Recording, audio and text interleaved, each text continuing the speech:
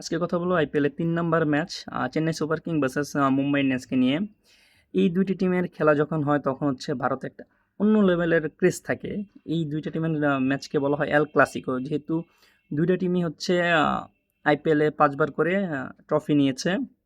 তো যাই হোক, আজকে এল ক্লাসিকোর ম্যাচটি অনুষ্ঠিত হবে চেন্নাইয়ের মাটিতে সন্ধ্যা বা রাত ৮টায় আমাদের বাংলাদেশ সময়।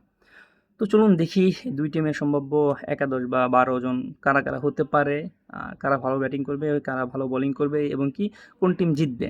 তো সর্বপ্রথম কথা বলি চেন্নাইকে নিয়ে। চেন্নাই সম্ভাব্য ১২ সদস্য যদি দেখি, সেখানে রয়েছে ঋতুরাজ গাইকোয়াড রয়েছে, রাচিন রবীন্দ্র রয়েছে, রাহুল ত্রিপাঠী রয়েছে, শিবম দুবে রয়েছে, স্যাম কারেন রয়েছে, মহেন্দ্র সিং ধোনি রয়েছে, রবীন্দ্র জাডেজা রয়েছে, অশ্বিন রয়েছে। এদিক দিয়ে দেন তারপর রয়েছে থিকসানা, নূর আহমেদ খলিল, আর লাস্টে তো কাম্বোজ খেলতে পারে।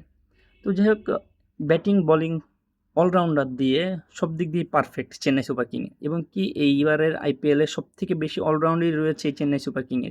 কে অলরাউন্ড মানে বেশিরভাগই অলরাউন্ডার।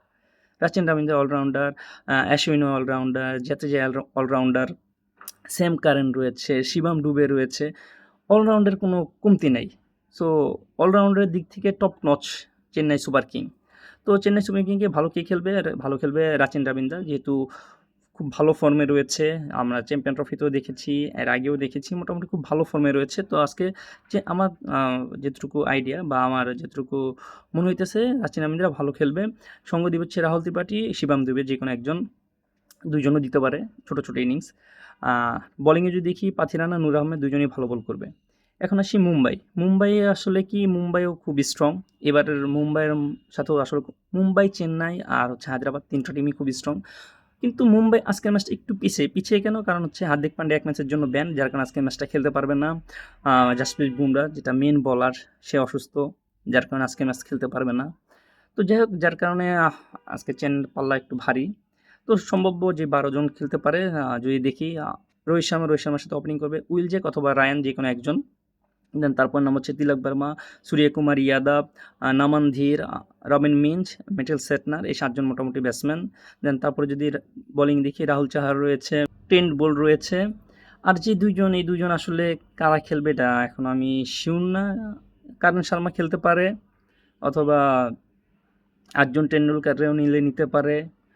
এছাড়াও আরও কিছু রয়েছে, যেমন মাথুর, মানে কিছু ইন্ডিয়ান খেলোয়াড় রয়েছে, ওইখানে তাদেরকে দুজন হিসেবে নিতে পারে। রাজ বাওয়া রয়েছে, রাজ বাওয়া বা কারণ শর্মা, এই দুজন একজন হয়তো, দুজনও খেলতে পারে আমার যেটুকু ধারণা, যে দুজন শট। বাট বুমরা আর হার্দিক পান্ডিয়া চলে আসলে এই ১২ জনই ফিক্সড। তো যাই হোক, এই ছিল মুম্বাইয়ের সম্ভাব্য ১২ সদস্য বা প্লেয়িং 11 বা 12। যদি ব্যাটিংয়ে দেখি, ব্যাটিংয়ে হচ্ছে তিলক ভার্মা ভালো খেলবে, উইল জেক ভালো খেলবে যদি খেলে, উইল জেক ভালো ব্যাটিং করবে। যদিও ফর্ম খুব তেমন একটা ভালো নেই, বাট আজকে ভালো খেলবে, উইল জেক ভালো খেলবে। আর ওদিক দিয়ে হচ্ছে তিলক ভার্মা ভালো খেলবে। সূর্যকুমার ইয়াদবও আজকে তেমন কিছু করতে পারবে না, রোহিত শর্মাও তেমন কিছু করতে পারবে না।